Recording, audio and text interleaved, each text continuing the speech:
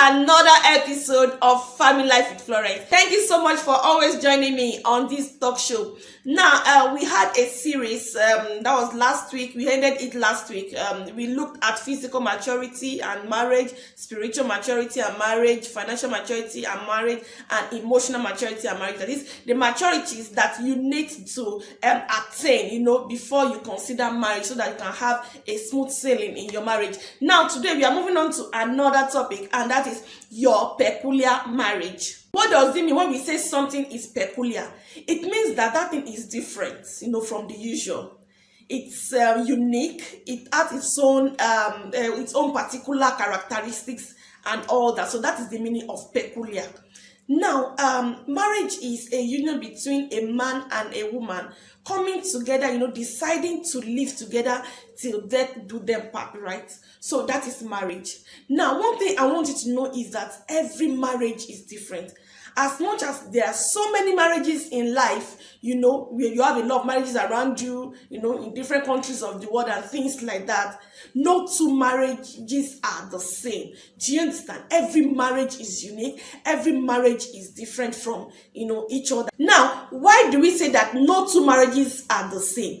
This is because, now, let's talk about the man. Let's use a man as an example. You as Mr. A, you are a different person. I mean, your personality, your makeup, your mentality, your perception about life, about different things is different from another man's. Do you understand? So, and who you are, the kind of a person you are, will impact your marriage in one way or the other, no matter how. It will give it the color. The color, who you are, your personality, will give your marriage its own color. Do you understand what I'm trying to say? Now, for example, now you can't, compare somebody that is an extrovert, maybe a man that is an extrovert. You can't compare him with another man that is an introvert. Do you understand? Because the way you relate with your wife, with your children and everything will be different from the way another man that has a different personality will relate with his wife and with his children. Do you understand? That's number one. Number two is that, let's say Mr. A and Mr. B even have almost the same kind of nature or personality. Do you understand? But Mr. A marrying a lady called, okay, let's call her Mrs. B. Sorry, Mrs. A rather. And then Mr. B marrying a lady, and then let's call her Mrs. B. Now, Mrs. A and Mrs. B may have different natures as well.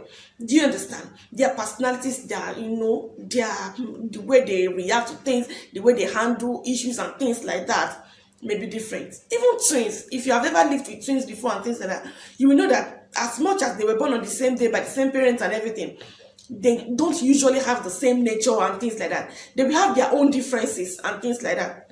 So now let's say even if Mr. A and Mr. B have the same kind of nature, almost the same kind of nature and all that, Mrs. A and Mrs. B having different nature will also impact, because their nature is a determining factor of how their marriage, turned out to be, the kind of color that their marriage will have. So Mrs. A and Mrs. B having different nature will also make their two marriages not to be the same, to be different. Each of them will be peculiar. Do you understand what I'm trying to say? Then another third reason why two marriages no two marriages are the same is that the situations that each marriage has to face, is different from the other. Now, for example, let's say Mr. A is the firstborn of his own family. He's from a poor background, Parents are retired, but they have maybe a little petty business that they are doing. Then he has siblings that don't have a job. Maybe they are still in school or something like that. Then now let's talk about Mr. B. He's the third born in his own family.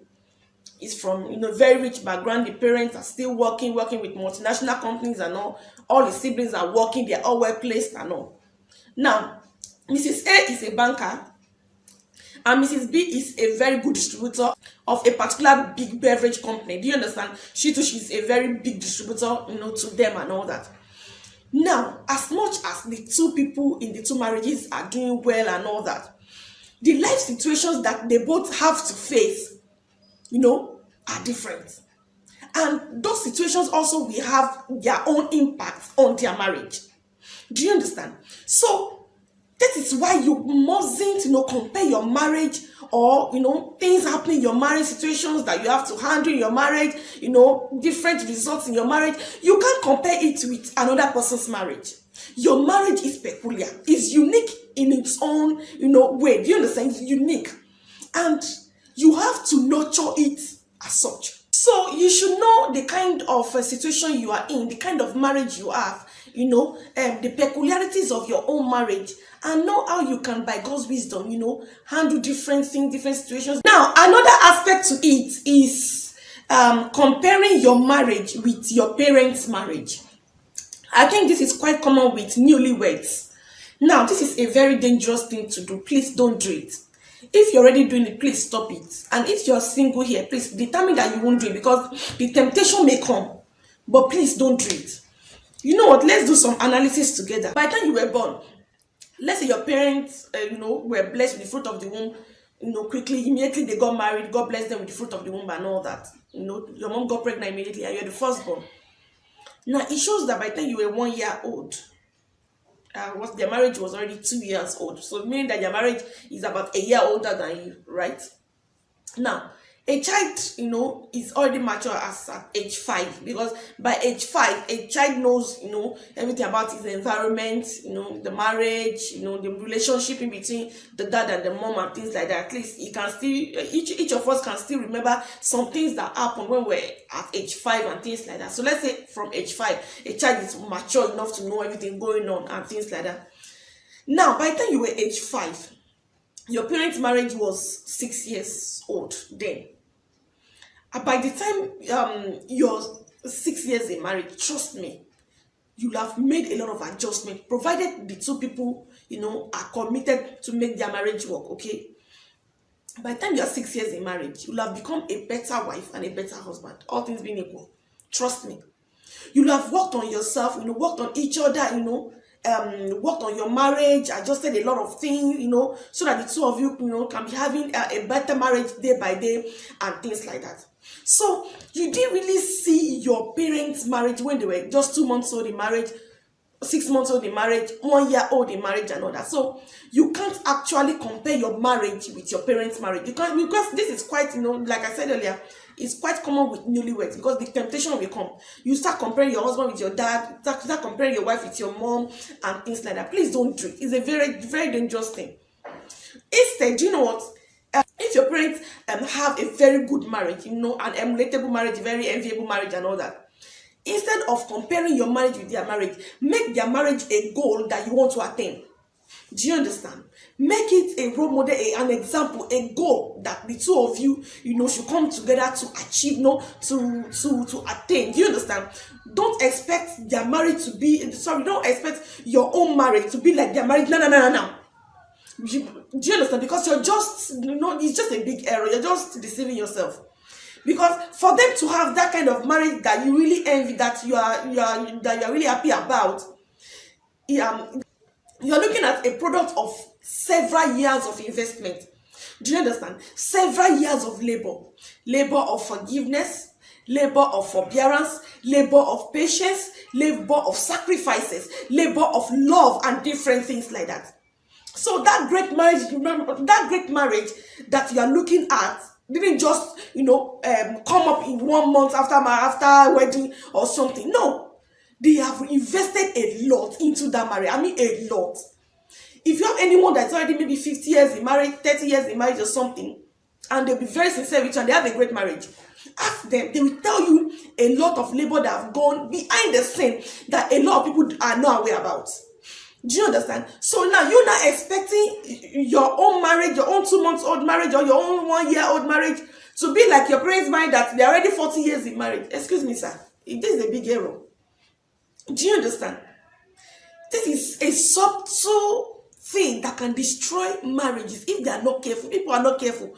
It can destroy marriage. It will hinder you, from seeing the labor, what you need to put into your marriage for your own marriage to be as great as that marriage that you really envy.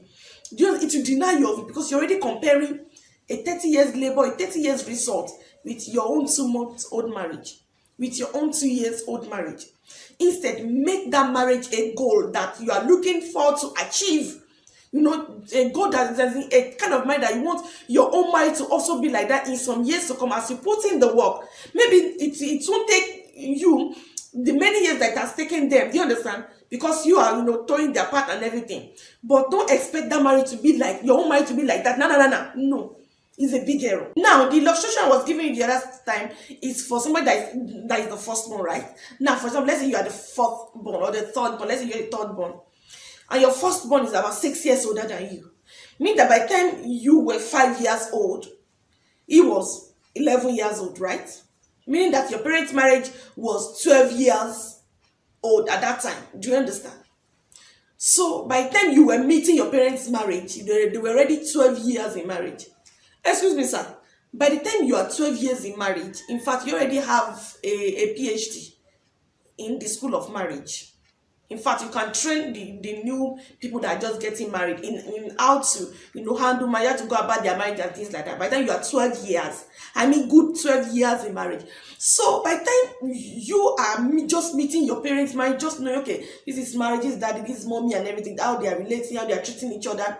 They were already 12 years. They've lived together for 12 good years.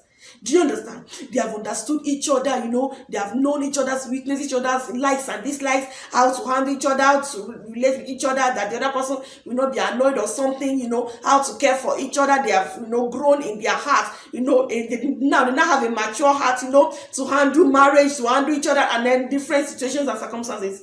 Excuse me, they have a lot of experiences by then.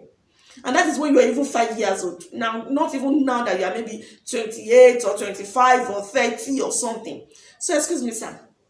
In summary, do not compare your marriage with your parents' marriage. Just see their own marriage as a goal that you want to achieve as time goes on. Do you understand? Don't let anybody badmouth your wife or your husband or your, even if you're still single now. Learn it and have it at the back of your mind. Don't let anybody badmouth your husband, your wife to you because of a particular weakness that the person has or something. No.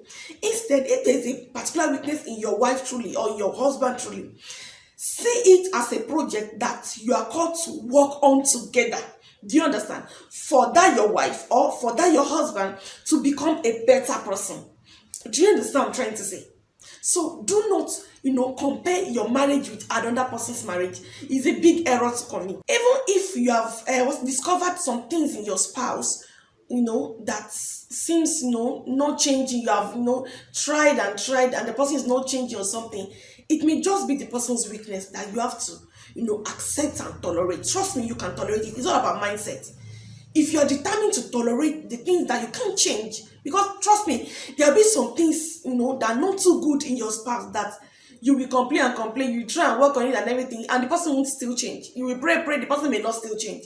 So that is something that you just have to accept and tolerate. Do you understand what I'm trying to say? So you need to know that. So do not compare your marriage with your friend's marriage, with your siblings' marriage, with your parents' marriage, with somebody else's marriage. No. Do you know what? See your marriage as a baby that you have just given birth to. Nurture that baby. Of course, what do we do to a baby? You nurture it, you feed that baby, you clean that baby up whenever that baby poo or wee or something. Do you understand? You do everything. Make sure the baby is not feeling too cold or too warm or something. You nurture it, right? So see your marriage as such. Nurture that marriage. Do everything you can do, and trust me, your marriage will come out so well. Be determined to make that marriage work. Let me tell you something. There's a parable in the Bible that Jesus, told in the Bible. He said that there's a particular fig tree, and the owner of the fig tree, has been going there for like 3 years, and he didn't see any fruit. So he told the dresser that he should cut down the fig tree that is just occupying the ground and all that. Probably he should cut it off so that he can plant another fig tree and things like that. And the dresser told the owner that, please, let's leave it for another 1 year. Let me dig around it and put dung. Dung is the manure, the natural manure, the feces of animals that you put, to fertilize, a plant and things like that. He said that he will put dung around it, and that let's leave it for this 1 year and see if it will bear fruit and things like that. Do you know what? That marriage that you have, that relationship that you have that it seems so sad, things are not just, going on because of, all these petty issues, faults here, weaknesses and things like that. It may be a very great marriage if you will just, put in the work. If you will stop comparing it with another person's marriage, roll up your sleeves and get to work. Do you understand? That like that man in that parable, dig around it. If you are the one watching this video and your spouse is not with you, you can, ensure your spouse will watch this video. Or maybe you're in a relationship, you're not yet married. Let your fiance or fiancé watch this video. The two of you come together, discuss. Do you understand? Communicate and find a way to make your marriage work. Provided you are sure that you're in the right relationship and everything, that marriage can still work. That relationship can still work if you are ready to put in the work and stop comparing. So this is where I'll be stopping as far as this video is concerned. I hope you have learned one or two things from this video. Please kindly like it, and share it with your friends if you find it helpful. Thank you so much for joining me today. Until I see you again next week Tuesday, have a great day, a great week, and a great life. Bye.